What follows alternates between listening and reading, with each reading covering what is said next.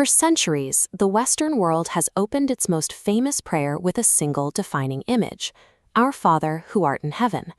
Those words immediately conjure a specific picture: a patriarchal monarch seated in the clouds, looking down and ruling from afar. The person who originally spoke this prayer did not use the Latin of the Roman Empire, the Greek of scholars, or the English we use today. He spoke Aramaic. This diagram illustrates the mechanical divide. Western syntax relies on static nouns. Aramaic operates through shifting states of being and energy. Working from the original Syriac Aramaic Peshitta, translator Neil Douglas Klotz peeled back traditional translation to find the energetic roots. Understanding the prayer as it was first spoken requires a change in perspective. We have to set aside the image of a human-like ruler and look instead for an active cosmic force. In the Aramaic text, the opening phrase is Upwun de Beshmea. Traditional translations condense this into Our Father, but the root sound suggests something much broader.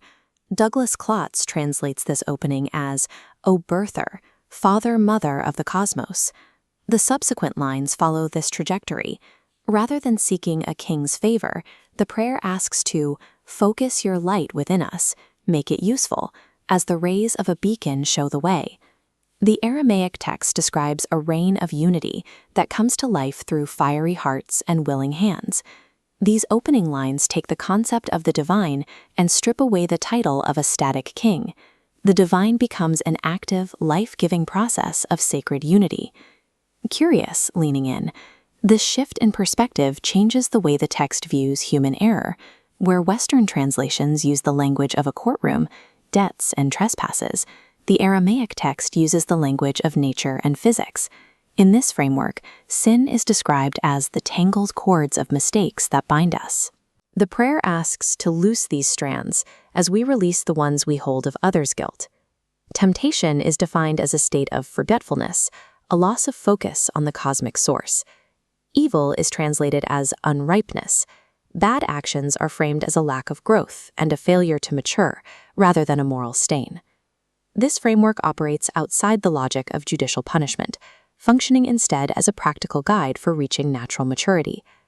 This growth is fueled by Hayy, the Aramaic concept of life energy. It is the engine for the final half of the prayer. The traditional closing praise, Thine is the power and the glory, becomes a realization of internal capability. From you is born all ruling will, the power and the life to do. Then comes the word Amen. While we often use it to signal the end of a request, its linguistic function here is a vow. It means sealed in trust and faith. It is a commitment that these words will be the source from which all of the speaker's future actions grow. This final section confirms that the text is not a passive list of requests sent to a king. It is an energetic blueprint for physical behavior. This Aramaic concept of sacred unity acts as a counter-melody of peace, with roots that reach into Arabic, Hebrew, and Old Canaanite traditions. By setting aside the image of a distant monarch, the text removes the idea of awaiting a rescue from above. The prayer becomes an inward-looking meditation. It is used to focus internal light, untangle mistakes, and secure the power to act. It reflects a cosmic spirituality that existed long before the imperial translations of Western history. Restoring the original text moves the focal point of the prayer.